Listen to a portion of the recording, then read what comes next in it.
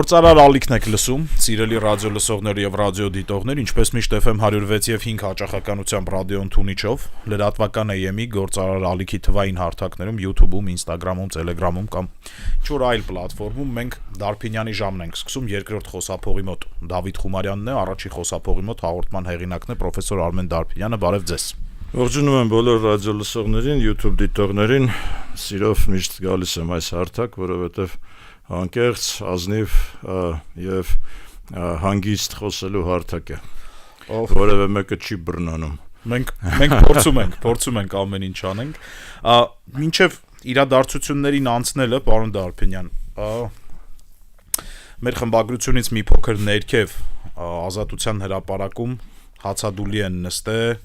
Ռուբեն Վարդանյանի աջակիցները ի աջակցություն իր հացադուլին նստելուն, այսինքն հորդորում են իրեն հացադուլից դուրս գալ։ Ես ուզում եմ մի փոքր դրանից էլ խոսենք, այսինքն այդ դատավարությունից ու ստեղծված իրավիճակից հետո անցնենք ընդհանուր իրադարձություններին, որտեղ ինձ համար շատ դժվար է շարունակել աշխատել ապրել, ինչպես որ ամերիկացիներն են ասում, business as usual, հա, այսինքն դժվար է business as usual անել, երբ մենք ունենք հայրենակիցներ, համակարգացիներ, որոնք որ այս պահին թշնամու բանտերում են։ Դավիթ ջան, հասկանալի է, ընդունում եմ այդ հրավերքը խոսելու դրա մասին, նախ ասեմ, որ դատավարություն բառը օգտագործել այն խեղճատակության նկատմամբ, որը կատարվում է Բաքվում, դա արդեն ինքնին մեղք է։ Մենք պետք է փորձենք դրանից հրաժարվել, որովհետև դատավարություն չկա, դա ուղղակի մարդկության նկատմամբ ձեռառնելիք է, որի նկատմամբ ցավոք սրտի մարդկությունը լուռ է եւ անհաղորդ։ Սա մեկ, այսինքն այդտեղ չկա որևէ դատավարություն։ Ես կարծում եմ, որ գոնե հայերի պարտքն է եւ ասենք ամբողջ հայության եւ պետության պարտքն է երբևիցե չխոսել այդ process-ի մասին որպես դատավարություն, որպես վկաների ցուցմունքներ, որպես մեղադրյալ եւ այլ, այդտեղ պետք է խոսել միայն խեղճատակության եւ ուղղակի մարդկային բանականության նկատմամբ բռնարարքի մասին պետք է խոսել եւ ուրիշ ոչ մի բանի։ Հիմա, ինչ վերաբերում է Ռուբենի հացադուլին, ես գիտեմ, որ եւ մեզ լսում են եւ տեսնում են եւ հետեւում են, ես ուղղակի կոչ կանեի, որպեսզի Ռուբենը դադարեցնի այդ հացադուլը, որովհետեւ եւ Ռուբենը եւ մնացած մեր բոլոր տղաները մեզ պետք են առողջ եւ առույգ, նրանք պետք չեն մեզ հիվանդ, առավել եւս որ վտանգելով սեփական առողջությունը որևէ բանի հնարավոր չէ հասնել, որովհետեւ եթե խնդիրը միջազգային հանրության, այսպես ասած, ուշադրությունը գրավելն է, ապա պիտի ասեմ, որ այսօր միջազգային հանրությունը առավել քան երբևէ անհաղորդ է նմանատիպ իրավիճակների եւ միայն ուժն է գերիշխում աշխարհում, եթե ունես պետություն, ապա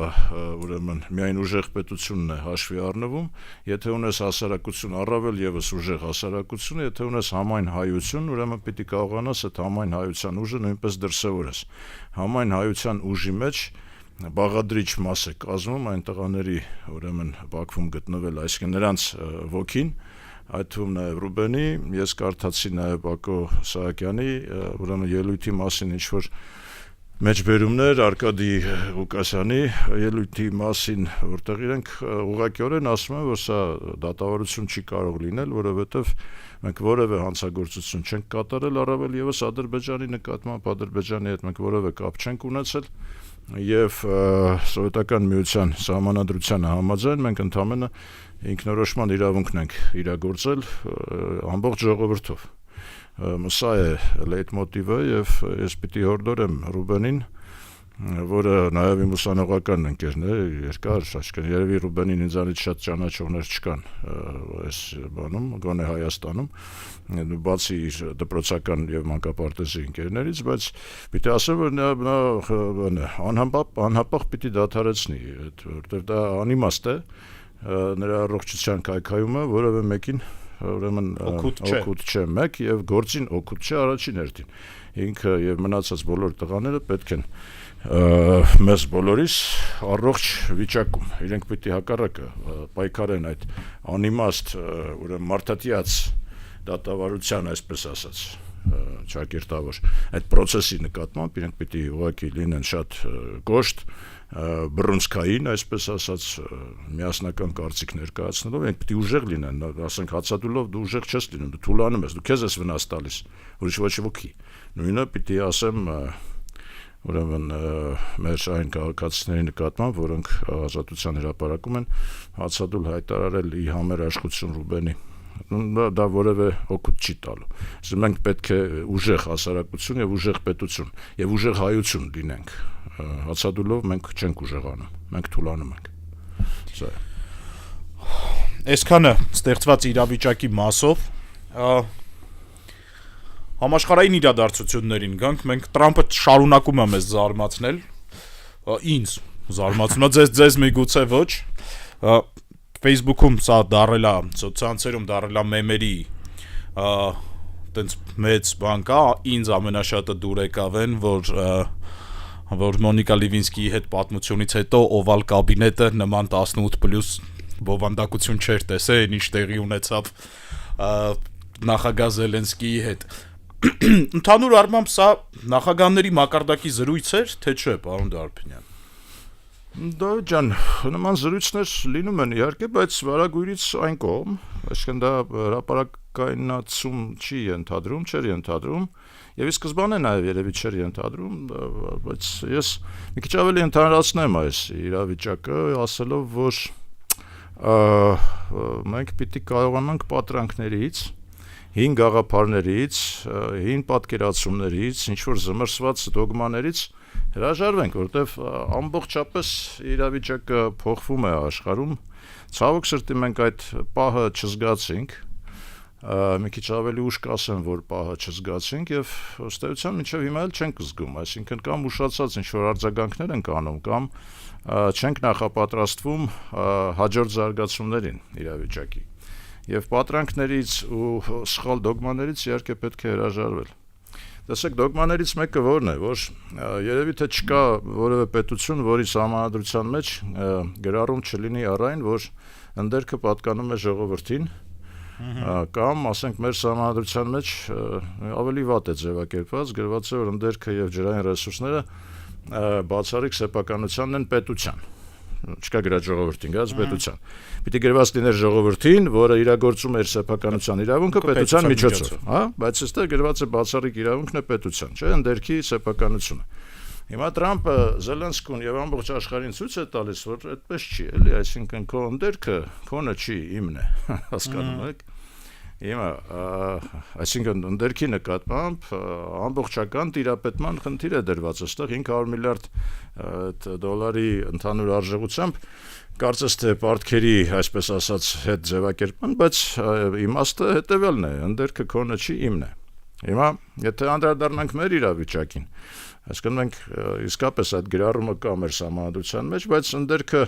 իրականության մեջ կամ պատկանում է օլիգարխներին, որոնք որ սերտաճած են պետության հետ, կամ պատկանում է այսինքն աշխարհի մեծերին, նրանց ովքեր որ իրավիճակ են կարողանում ուրեմն կանխորոշել եւ իրենց տիրապետումն են արձանագրում այս կամ այն տարածքի նկատմամբ։ Հիմա Միացյալ Նահանգները այդ իրավունքները, այսպես ասած, փորձում են իրականացնել ոչ միայն Ուկրաինայում, Կանադայում, Մեքսիկայում։ Եթե մենք մեր իրավիճակին նորից անդրադառնանք, մենք տեսնենք, որ մեր ընդերքը կամ տիրապետման տակ է եղել երկար ժամանակ օլիգարխիայի կամ ուրեմն ռուսական ընկերությունների, որոնք, այսպես ասած, շահագործում են ընդերքը, հիմա էլ տարբեր տեսակի ուրեմն խնդիրներ կան, առաջացել են, թեղուտում են առաջացել խնդիրներ, մենք տեսանք վերջերս բանում էր ԶՄՊԿ-ում, հա, խնդիրներ առաջացան եւ այլն, ագարակում բան, բայց սա նույնպես ոչ խելամիտ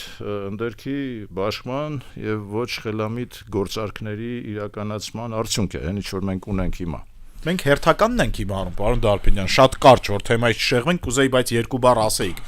Լիդիանի վերաբացման վերաբերյալ վարկի տրամադրման ընդհանուր ձեր վերաբերմունքը։ Դե ընդհանուր վերաբերմունքը ստեսեք, ասենք, ոգևորվել են ամերիկացիները, չէ՞, այսինքն այո, դեսպանատունը տարածել է, ոգևորվեցին ամերիկացիները հիմա էլ, Այսինքն նորից գալիս է փաստելու, որ ընդերքը մերը չի, իրենցն է։ Որևէ ջերմուկցի չի ոգևորվել, հա, սենց ֆիքսենք դրանից։ Իրանցն է, էլի այսինքն հիմա իհարկե այդ իմաստով ասենք ճիշտ բաժանումը ընդերքի նույնպես կարևոր է, որովհետև ցանկացած երկրի խոշոր պետության տիրապետման տակ գտնվող ընդերքը իհարկե լրացուցիչ անվտանգային երաշխիք է տվյալ երկրի համար։ Հիմա եթե մենք ունենք ռուսական տիրապետման տակ գտնվող հանքեր, այս հանքն էլ տրամադրվեց ուրեմն միջազգային ընկերության, որը շատ ավելի ամերիկյան հովանու ներքո է, այսպես ասած։ Հիմա ինչպես են վերաբերվում բալանսավորման տեսանկյունից, նորմալ են վերաբերվում։ Հնարավոր ինվեստիցիոն հնարավորությունների տեսանկյունից էլի նորմալ են վերաբերվում։ Նորմալ չեն վերաբերվում, որ ընդերքը պատկանում է ժողովրդին, այս թեզը մենք չենք կարողացել մինչև վերջ իրագործել, ինչու՞։ Որտեղ մենք պիտի կարողանանք ռոյալթիների այնպիսի համակարգ մշակենք, որ այդ ընդերքի շահագործումից առաջին հերթին օգտվեր ժողովուրդը, առաջին հերթին օգտվեր երկրի բյուջեն, առաջին հերթին օգտվեր սոցիալական ծրագրերի ֆինանսավորումը բյուջետային։ Հիմա ուրեմն ընդերքը պայմանավորվեցինք, չի պատկանում ժողովրդին, պատկանում է կամ օլիգարխիային կամ աշխարհի մեծերին։ Հիմա գանք կորիդորներին, ենթակառուցվածքներին։ Ուրեմն նույն բանը կարելի է ասել ենթակառուցվածքների նկատմամբ։ Ենթակառուցվածքները աշխարհին նույնպես չեն պատկանում այն երկրներին, որոնցով դա տարանցիկ է։ Հիմա նորից Միացյալ Նահանգների հավակնությունները Պանամայի ջրանցքը, ուրեմն այդ կանալը, հա, վերցնել եւ հետ վերցնել պանամացիներից, հիշեցնեմ, որ 1920 թվականին է կառուցվել։ Ուրեմն Թրամփը հրապարակեց զարմանահրաշ թվեր։ 38,000 ամերիկացի մահացել է այդ ուրեմն կանալը կառուցելիս։ Ուրեմն այսօրվա թվերով ինքը ասում է դա արժեցել է 1.5 տրիլիոն դոլար։ Ատլանտիկ օվկիանոսը Խաղաղ օվկիանոսին միացնող ուրեմն ջրանցք է, որը հսկայական նշանակություն ունի միջազգային առևտրի համար, որի շահագործումից Պանամայի բյուջեն տարեկան ստանում է 5 միլիարդ դոլար։ Հիմա Թրամփը ասում է դա ձերը չի, Քարտերը ասում է իր ուրեմն նախորդ պրեզիդենտներից մեկը 70-ական թվականներից վերջերս մահացավ, Ջիմի Քարտերը ձրի նվիրեց պանամացիներին։ Մենք ասում ենք պիտի հետ բերեն, որովհետև սա մենք ենք կառուցել, սա մերն է, սա ձերը չի։ Այսինքն Պանամայի տարածքով անցնող ջրանցքը ձերը չի, մերն է, հա։ Այսինքն ենթակառուցվածքների նկատմամբ սեփականությունը նույնպես աշխարհի մեծերինն է։ Հիմա եթե մենք նորից տրանսֆորմացվենք մեր ռեգիոնալ տարածաշրջան, մենք պիտի տեսնենք, որ ասենք Թուրքիան Բոսվորի ուրեմն ջրանցքը շահագործելիս նույնպես հսկայական մեծ բան ունի, ազդեցություն ունի աշխարհի քաղաքականության վրա։ Եվ մենք տեսնում ենք, որ այո, Թուրքիան իր ուժով, իր հնարավորություններով կարողանում է պահել, բայց ոչ միայն։ Թուրքիան միայնակ չէ, Թուրքիան ՆԱՏՕ-ի անդամ է եւ այդ իմաստով նաեւ գտնվում է ամերիկյան պատրոնաժի տակ։ Այսինքն անգամ Թուրքիայի պես հզոր երկիրը իր ենթակառուցվածքների ամբողջական տիրակալը չէ, որովհետեւ այնուամենայնիվ նա ամեն դեպքում սուվերենության պահպանումը այդ ենթակառուցվածքների նկատմամբ շատ մեծ ջանքեր է պահանջում եւ շատ մեծ ներդրում է պահանջում եւ ֆինանսական եւ էմոցիոնալ եւ աշխարհակաղակական։ Հիմա գանք մեր բանին, կորիդորին, այսպես ասած, որը որ այսպես թե այնպես լինելու է։ Հիմա մենք որ անընդհատ պնդում ենք, որ այդ մեր բանը կորիդորը պիտի լինի միայն մեր սուվերենության ներքո, մենք նորից պատրանքների մեջ ենք։ Դա հնարավոր չի, դա չի լինելու միայն մեր սուվերենության ներքո։ Հնարավոր չի, որ դա լինի։ Աշխարհում նման օրինակ չկա, որ Պանամայի օրինակը ձեզ հիմա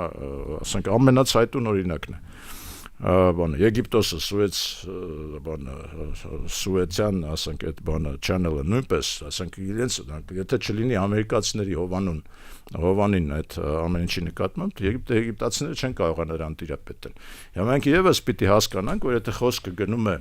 այնպիսի ենթակառուցվածքի մասին, որը տվյալ պարագայում ուրեմն մաս կարող է կազմել ուրեմն արևելքից արևմուտք դեպի ուրեմն ճանապարհի, մենք պիտի հասկանանք, որ սա աշխարհակաղակական նշանակություն ունեցող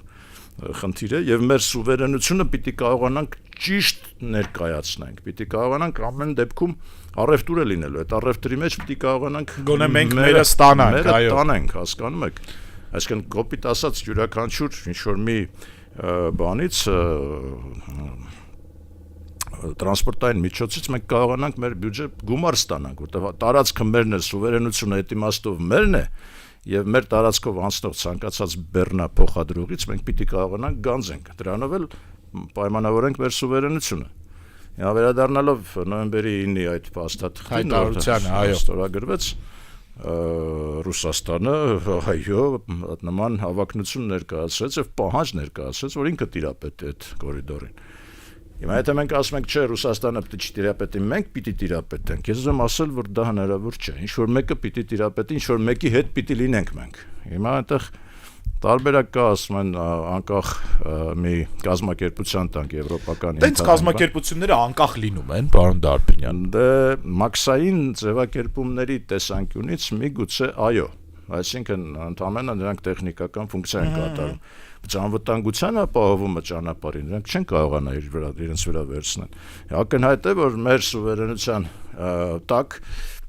ոչ Ադրբեջանը, ոչ Թուրքիան չեն համաձայնվի այդ, այսինքն բեռնափոխադրումները իրականացնել։ Ես կարծում եմ, որ մենք հայելային կերպով պիտի նույնպես պահանջենք, որպես իրենց տարածքով մեր բեռների փոխադրումը նույնպես լինի որևէ միջազգային, ասենք, երաշխիքի ներքո, հա, այսպես, բայց եթե մենք ուղղակի մերկապարանոց հայտարարում ենք, որ սա պիտի լինի մեր սուվերենության ներքո, դա նշանակում է, որ մեզ անպայման ինչ-որ մեկը կստիպի իր սուվերենության ներքո կամ իր տիրապետման ներքո այս բանը տանել։ Ուղղակի պիտի հասկանանք, որ եւ ընդերքը եւ ենթակառուցվածքները դրանք աշխարհի ուժեղների հետ պիտի կարողանանք բանակցել եւ մեր շահերը առավելագույնս պաշտպանել։ Ես դա այսօր ցավոք սրտի չեմ տեսնում։ Հաջորդը, որ ինչ պատրանքից պիտի կարողանանք հրաժարվել, խոսքի ազատության մասին են խոսում հիմա ամբողջ աշխարհով մեկ, պարզվում է, որ ինչ է ասում Միացյալ Նահանգների ադմինիստրացիան, ասում օրինակ CNN-ը, որին ասում է մեր բյուջեից փող ենք տալիս, նա պիտի ուրեմն պետական մեր մոտեցումները կարողանան ներկայացնի եւ ոչ մի օպոզիցիոն կարծիք այնտեղ պիտի չլինի, կոպիտ ասած ոչ մի դեմոկրատ այնտեղ պիտի հանդես չգա, միայն հանրապետականների կարծիքը պիտի լինի, այն էլ Տրամպի ուղղորդությամբ։ Հիմա ես սա նույնպես նորից հայելային կերպով փորձում եմ մեզ վերաբերել, մեր խեղճուկրակ հանրայինը ինչ արնի, ասենք, թե ինչ-որ մեկու մեջ ինչ-որ օպոզիցիոն մարդիկ գալիս են տաղավար, բայց Միացյալ Նահանգները, որ մեզ ամբողջ այս ժամանակահատվածի ընթացքում սովորեցնում էր խոսքի ազատության, դեմոկրատական արժեքների եւ այլն, հիմա առնչվել է նման եղելության հետ։ Սլովակիայի վարչապետ Ֆիցոն հանդես եկավ ուրեմն կոնսերվատորների, կոնսերվատիվ քաղաքական ուղղվածություն ունեցող լիդերների հավաքին, նույնպես Միացյալ Նահանգներում, բացահայտ ասաց իմ նկատմամբ Սլովակիայում իրագործվել է քաղաքական հետապնդում իմ խոսքի համար, ազատ խոսքը բռնացել են եւ այլն, եւ փառք եմ տալիս հիմա Միացյալ Նահանգների այս ադմինիստրացիային, որ ազատ խոսքը պիտի վերականգնի։ Նույն բանը Տրամպն է ասում, ես վերականգնում եմ ազատ խոսքը, որովհետեւ այն դատախազները, որոնք բռնացել են իմ ազատ խոսքի նկատմամբ, այսինքն միացած բանը կաշա է ստեղծվել աշխարհում, որից ճիշտ ասած մենք դժվար կարողանանք գլուխ անենք, ուզում եմ ասել, որ այն ազատությունը, որ մենք այսօր ունենք, փառք Աստծո, որ ունենք, հասկանում եք, հա։ Պարոն Դարբինյան, խաղի նոր կանոններ են հռչակվում, թե հռչակվում է, որ այլևս խաղը կանոններ չունի։ Դե խաղի նոր կանոններ չեն հռչակվում հաստատ, բան է գնում, ինչ-որ ժամանակահատված անհրաժեշտ է լինելու բալանսավորելու իրավիճակը, բալանսավորելու համար։ Չեմ տեսնում, որ նոր կանոններ է առաջարկվում, որովհետև նույն Տրամպի թեզերի նկատմամբ Միացյալ Նահանգներում հստակ հակազդեցություն կա, այսինքն հսկայական, ասենք, դեմոկրատական կուսակցությունը մի կողմից, բայց այնտեղ նաև հանրություն կա, էլի, որը որ, ասենք, շատ հետաքրքիր էր, ասենք, Ռոբերտ Դե Նիրոն, ի տարբերություն Ռոբերտ Քոչարյանի, ուրեմն շատ հակառակ կարծիք ունի Տրամպի մասին, չէ՞, մեր բանը։ Չէ, տակտիկա, չէ, երկուսն էլ Ռոբերտ են, բայց այդքան տարբեր են մտածում։ Ոչ միայն Ռոբերտն իրենց նմանություն կար, չէ, նաև ասենք արտաքին նմանություն կար։ Հիմա մեր երկրորդ նախագահը հրճված էր, ասենք, Տրամպի հայտնությամբ եւ նրա թեզերով։ Ռոբերտ Դե Նիրոն հակառակ ասում է, սա Միացյալ Նահանգների խայտարակությունն է, եւ հիմա Դե Նիրոյից բացի հսկայական բան կա, մարդիկ կան, որոնք լքել են Միացյալ Նահանգները ուղղակի բանը ի հակակշիռ, այսպես ասած, Տրամպի իշխանության։ Դրա ամենածիծաղալու օրինակը մի հատ տուրիստական ընկերություն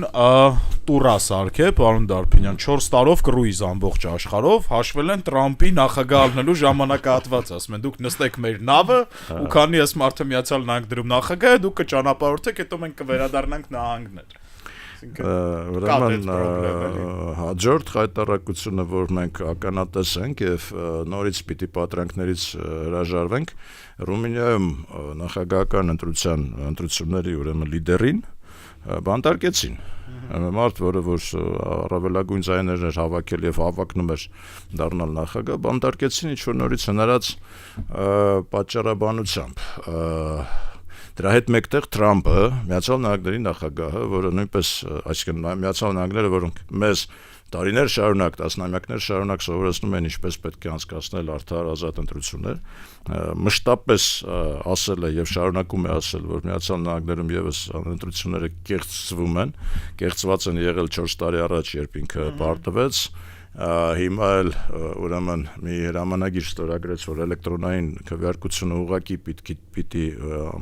չեղյալ համարել, ոչ մի էլեկտրոնային քվեարկություն, որովհետև մեքենայությունները, խարդախությունները այդ ընթացքում շատ ավելի շատ են, քան եթե թղթի վրա հաշվարկա, քվեարկությունը տեղի ունենում, այսինքն մենք տեսնում ենք, որ անգամ Միացյալ Նահանգները արձականի տակ են դնում իրենց ընտրությունները։ Նորից փառք տանք Աստծուն, որ ինչ որ ձևով, ինչ որ չափով, ինչ որ ձևով ընտրություններ ենք անցկացնում, չնայած ես նորից դրանից, այսպես ասած, բացարձակապես գոհ չեմ, բայց այնուամենայնիվ։ Հաջորդը, ուրեմն մենք ինչ ունենք։ Մենք ունենք հետևյալ իրավիճակը, որ որևէ պետության ինքնիշխանությունը նույնպես երաշխավորված չէ, այսինքն ՄԱԿ-ի անդամ ցանկացած պետության ինքնիշխանությունը երաշխավորված չէ։ Ամերիկայի Միացյալ Նահանգների նախագահը Կանադային, ասում է դուք մեր նահանգն եք, ընկեր Տրյուդո, դու էլ նահանգապետն ես, գուբերնատորն ես, ասում է դու մեր, հա։ Այս խեղճ Տրյուդոն էլ գնացել է, հասել է Լոնդոն, այնտեղ քննարկում են ուկրաինացիների խնդիրը, քիչ խեղճացած վիճակում է, որովհետև իսկապես, ասենք, թվերի դեմ չես կարող ինչ-որ արգումենտներ բերես։ Միացյալ Նահանգները իրենց հաշվարկով տարեկան $200 միլիարդ օժանդակություն են ցուցաբերում, այսինքն սուբսիդավորում են կոպիտ ասած Կանադայի տնտեսությունը։ Տրամպը հայտարարում է, ասում է, մեզ պետք չի իրենց բանը, անտառը, իրենք փայտ են ներկրում, ասում մեզ պետք չի իրենց փայտը, իրենց փայտը թող իրենց մնա, մենք պատրաստ ենք, բայց եթե մենք չսուբսիդավորենք, իրենք կսկեն։ Կանադայի մասին է խոսքը, հսկայական տերություն, հա։ Տարածքով աշխարհի երկրորդ պետության մասին ենք խոսում։ Հսկայական պետություն, որ տարածքով ավելի մեծ է, քան Միացյալ Նահանգները։ Երկրորդն է, էլի աշխարհում, Ռուսաստանից հետո։ Պետության սուվերենությունը արձականի տակ է։ Հիմա մենք նորից փառք տանք Աստծուն, որ ինչ-որ չափով հիմա ինչ-որ անկախություն ենք զգում կամ պատրանք ունենք, որ անկախություն ենք։ Այսինքն երաշխավորված չէ։ Այսինքն էլ ավելի խելամիտ գործողություններ են պահանջվում մեր նման երկրների կողմից, որպեսզի կարողանանք պաշտպանենք մեր ինքնուրույնությունը։ Հաջորդը, ուրեմն, կոռուպցիոն դրսևորումների մասին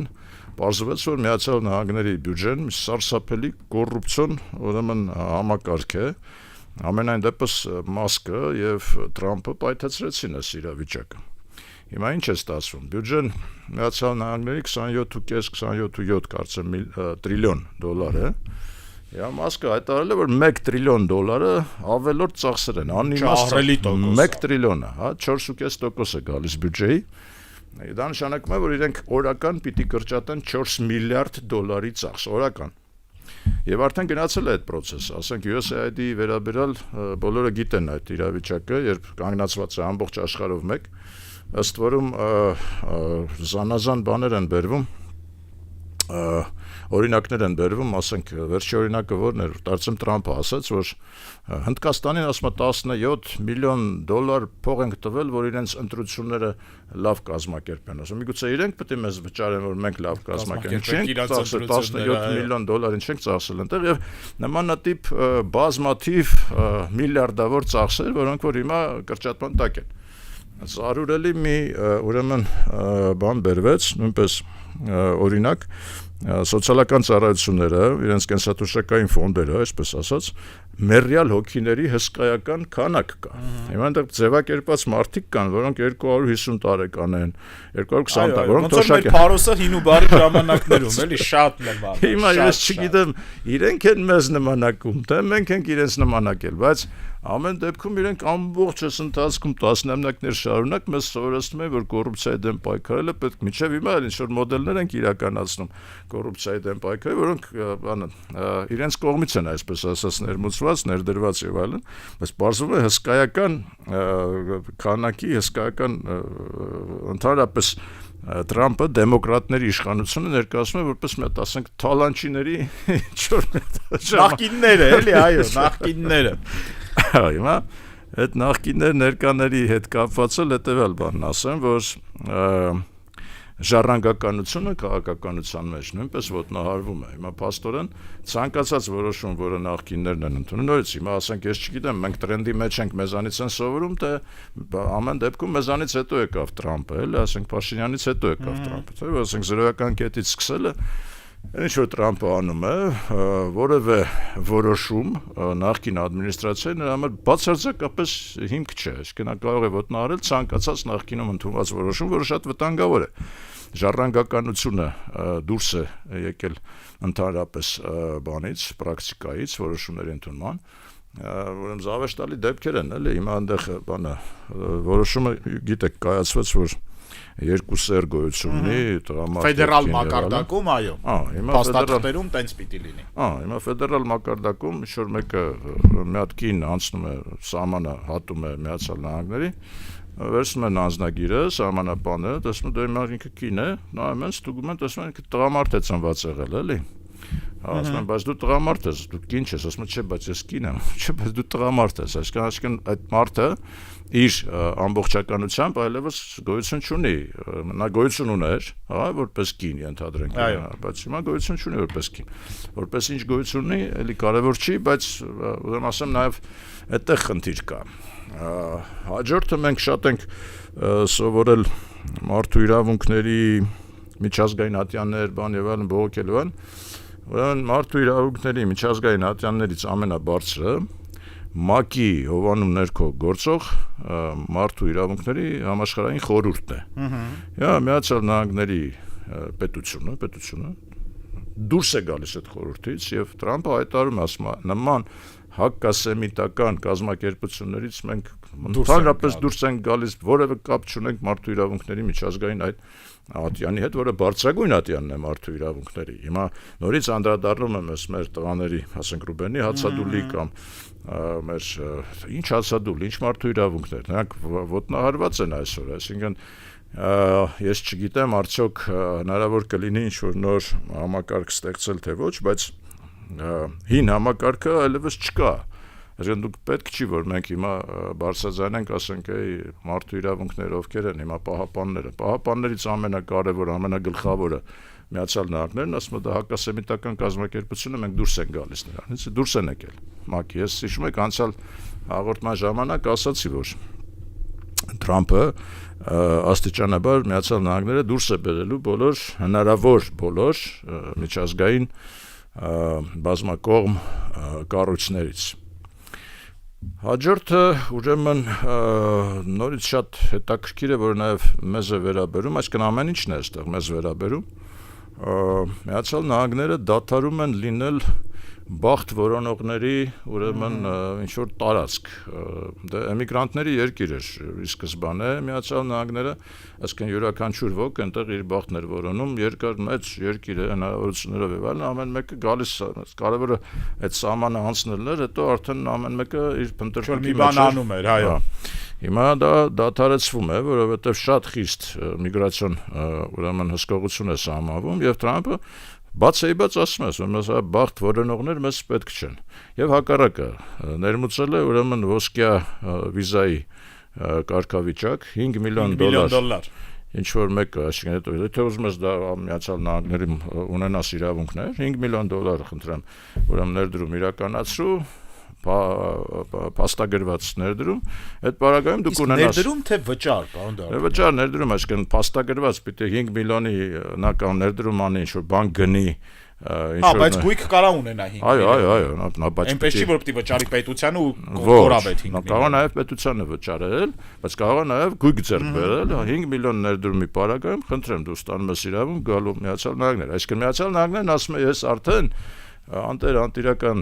մարդկանց կարիքը չունեմ, թե այստեղ պիտի գան միայն կայացած մարդիկ։ Սա հաջողակների պետությունն է, ոչ թե լուզերների, այսինքն պիտի ունենա այդ 5 միլիոնը, էլի։ Հիշեցի սովետական ժամանակ մի անեկդոտ կար, որ մեկը կանգնած է ուրեմն բանի գետի էս ափին, բանը նավակը մոտենում է, ասում է աղբերս ասում է ինձ տեղափոխի էլի մի հատ այն ափը պետք ինձ, բայց ասում է փող չունեմ։ Այս նավարկողն ասում է դե որ փող չունես քո համար ինչ տարբերություն է, այս ափին ես կանգնած, թե այն ափին։ Հիմա եթե ուրեմն փող չունեցողների համար տարբերություն իսկապես չկա, երևի թե չկա, հա, որ ափին են կանգնած։ Փող ունեցողների համար տարբերություն կա, որովհետև հարուստները գերադասում են լավոտ շնչել, մաքուրոտ, ուրեմն ենթակառուցվածքները բան լինեն, կանխատեսելի լինի ապագան, լավ կրթություն ստանան իրենց երեխաները, անվտանգային մթնոլորտ լինի, վստահություն լինի ապագայի նկատմամբ եւ այլն, այսինքն հարուստների համար տարբերություն կա, որ ափին են իրենք գտնվում։ Եվ այս նորամուծությունը մեկ անգամ եւս ասում են համասին, որ Միացյալ Նահանգները որպես աշխարհում որոշ իմաստով ուրեմն մոդայի սահմանող, այսպես ասած, տերություն, պետություն փոխում է իր առաջնահերթությունները, ամբողջապես փոխում է։ Սա այդպես, հաջորդը, որը որ կուզեի ասել, ինչ դրական բան ուզում եմ նշել, որը մեզ համար կարծես թե կարող է հանդես գալ ինչ-որ չափով փրկողակ Միացյալ Նահանգների հետ հարաբերություններում, դա այնուամենայնիվ քրիստոնեության բանն է, փաստարկը։ Պետք է ասեմ, որ դա քրիստոնեության վերաբերյալ զանգը, որը Թրամփը հնչեցրեց մեր Արամ առաջին կաթողիկոսի, խորհրդանշական էր շատ եւ իմաստուն էր։ Հիմա անցյալ շաբաթ տեղի ունեցավ Միացյալ Նահանգների կաթոլիկների ուրեմն հավաքը, դուք հիշում եք, ուրեմն Թրամփը նախաձեռնել էր, դե ամեն տարի դա կա, դա չի վերաբերում միայն քրիստոնյաներին, այսինքն դա աղոթքի ուրեմն բանն է, նախաճաշն է, prayer breakfast, այսպես ասած։ Հիմա կաթոլիկները առանձին ունեն իրենց նախաճաշը ու պարզվեց, որ այս մեր բանը, այսինքն իրենց փոխնախագահ Վենսը, J.D. Վենսը կաթոլիկ է, պարզվեց։ Ոնց որում ինքը առաջին կաթոլիկն է, որը այդ պաշտոնում նախագահ է դարձել, հա։ Այսինքն ամենաբարձր պաշտոնյա կաթոլիկն է Միացյալ Նահանգներում, երբևիցե եղած եւ Վենսը մի մեծ ելույթ ունեցավ այդ հավաքի ժամանակ, հետեւյալ թեզերը ամրագրեց, որը ես կարծում եմ մեզ համար շատ կարեւոր են։ Թեզ համար 1. Թրամփի ուրեմն վարչակազմը ամբողջ աշխարհով մեկ միտված է եւ նպատակ ունի պաշտպանելու եւ պահպանելու քրիստոնյա արժեքները։ Թեզ համար 2. Թրամփի վարչակազմը արձանագրում է, որ նախորդ վարչակազմերի բաց թողության ուրեմն սխալ կառավարման բացարձակ անհաղորդ լինելու այս արժեքի նկատմամբ, ուրեմն պատճառով բազմաթիվ տեղեր աշխարհում քրիստոնյա արժեքների ոտնահարում է տեղի ունեցել եւ քրիստոնյա ժողովուրդների տարհանումներ են տեղի ունեցել։ Սա անմիջապես վերաբերում է մեր անմիջապես է վերաբերում, բայց սա թեզ էր, որը որ ներկայացրեց Վենսը, որը ինձ շատ ուրախացրեց։ Այսինքն, երկրորդը, երրորդ թեզը կայանում էր նրանում, որ քրիստոնյա արժեքները համընդհանուր պահպանության կարիք ունեն եւ ամենավտանգվածն են բարձվում է, եթե վերցնեն ուրեմն մնացած բոլոր հավատքները, ամենավտանգված արժեքները քրիստոնյա արժեքներն են եւ Միացյալ Նահանգների ադմինիստրացիան հանձն է առնում այդ արժեքները պաշտպանելու։ Եվ Վենսը, որի կինը ուրեմն բան է, հնդիկ է, նաև հայտարարեց, որ կնոջս հետ պայմանավորվել ենք, որ մեր զավակներին մենք ուրեմն դաստիարակելու ենք կաթոլիկ եկեղեցու կանոններով եւ հայտարարեց, որ նախագահական ընտրություններից հետո, երբ ինքը արդեն ընտրվել էր փոխնախագահ, ասաց ինձ համար կյանքիս ամենաերջանիկ օրը այն էր, երբ իմ 7 տարեկան տղան զավակը որոշում կայացրեց, ինքը որոշում կայացրեց քրիստոնյա դառնալ եւ կնքվեց կաթոլիկ եկեղեցում։ Ասաց ինձ համար դա ամենաերջանիկ պահն է եւ ես խոստանում եմ պահպանել քրիստոնյա արժեքները, դե տվյալ դեպքում կաթոլիկ եկեղեցու, բնականաբար նաեւ Հռոմի Պապի ուրեմն այսօրվա իրավիճակը հաշվի առնելով ցանկացավ Հռոմի Պապին առողջություն եւ ես պիտի ասեմ, որ նման բանը շեշտադրումը Միացյալ Նահանգների այսօրվա կառավարիչների շատ կարևոր է, որովհետև Վատիկանը լրջագույն դեր ունի միջազգային քաղաքականության մեջ եւ փաստորեն հիմա առավել քան երբևէ Վատիկանը եւ Միացյալ Նահանգները կլինեն միասին։ Այստեղ նաեւ մեր կողմից իմ կարծիքով շատ մեծ անելիքներ կան այն իմաստով, որ մենք պիտի այս ադմինիստրացիայի հետ նոր ճանապարհներ, նոր մարդիկ միգուցե սկսեն զբաղվել, որովհետև շատ նախանձախնդիր են իրենք, այդ թվում նաև վրեժ խնդիր են նրանց նկատմամբ, ովքեր պաշտպանել են դեմոկրատական կուսակցությունը եւ դա երևաց նաև Զելենսկին օրինակ ժամանակ, բայց պիտի ասեմ, որ նույնը վերաբերում է հավանաբար նաև մեզ, որովհետև մեր բազմաթիվ գործիչներ, որոնք որ արևմտամետ են ներկայանում եւ պաշտպանում են դեմոկրատական կուսակցությունը եւ հիմա էլ կարկոծում են Տրամփի ադմինիստրացիային եւ երևում է, որ շատերը նաեւ զրկվել են որոշակի գրանտերից այո այդ պատճառով են ելույթներ ունենում, բայց դրա հետ մեկտեղ պիտի ասեմ, որ դա դրական միտում է, որովհետև դաշտը մաքրվում է, նույն վրացական օրինակով պիտի ասեմ, որ Վրաստանում էլ պարզվեց, որ նման հասարակական կարծիք ձևավորող կազմակերպությունները հիմնականում ֆինանսավորվում են USAID եւ Միացյալ Նահանգների բյուջեից։ Նույնը պիտի ասել նաև մեր հասարակական կառույցների մասին, որոնք մարդու իրավունքների մասին էին, ասենք թե խոսքի ազատության իրավունքի մասին եւ այլն թմկահարում էին տարբեր ժամանակներ, բայց դրանք եւս ինչպես պարզվեց ուղղորդված էին եւ ուղղորդվող էին։ Ֆիքսենք, որ ոչ բոլորը, բայց մեծ մասը, էլի, մեծ մասը։ Մեծամասամբ, ցավոք սրտի, այո։ Բայց նորից եմ վերադառնալով Միացյալ Նահանգների այս նոր միտմանը քրիստոնեության պաշտպանության Միացյալ Նահանգների եւ Վատիկանի մերձեցման